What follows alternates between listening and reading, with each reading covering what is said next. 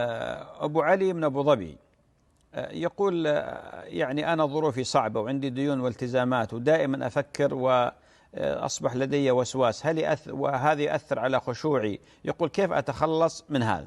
أبو علي بارك الله فيك ورضي الله عنك، أنت لست الوحيد في هذا العالم اللي عليه ديون وعليه مشاكل وعنده كذا وكذا.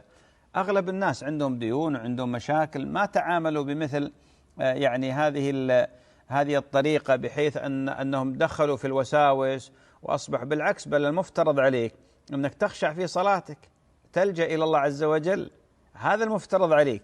ولذلك ورد في السنن بإسناد وإن كان متكلم فيه أن النبي عليه الصلاة والسلام دخل المسجد فوجد رجل يقال له أبو أمامة، فقال يا أبا أمامة ما الذي أجلسك في المسجد في غير وقت الصلاة؟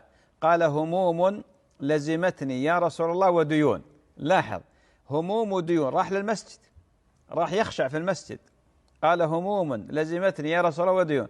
قال ألا أدلك على دعاء إذا أنت قلته أذهب الله همك وقضى عنك دينك؟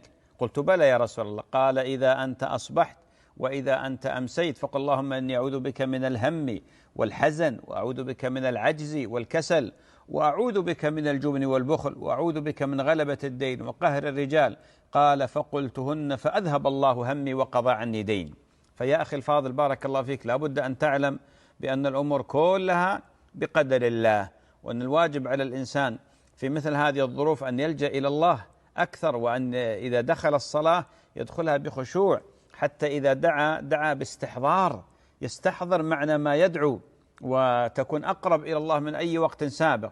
التزم هذه الأدعية، ابذل الأسباب الشرعية والطبيعية في سداد الديون، وبإذن الله تفرج يا أخي الفاضل.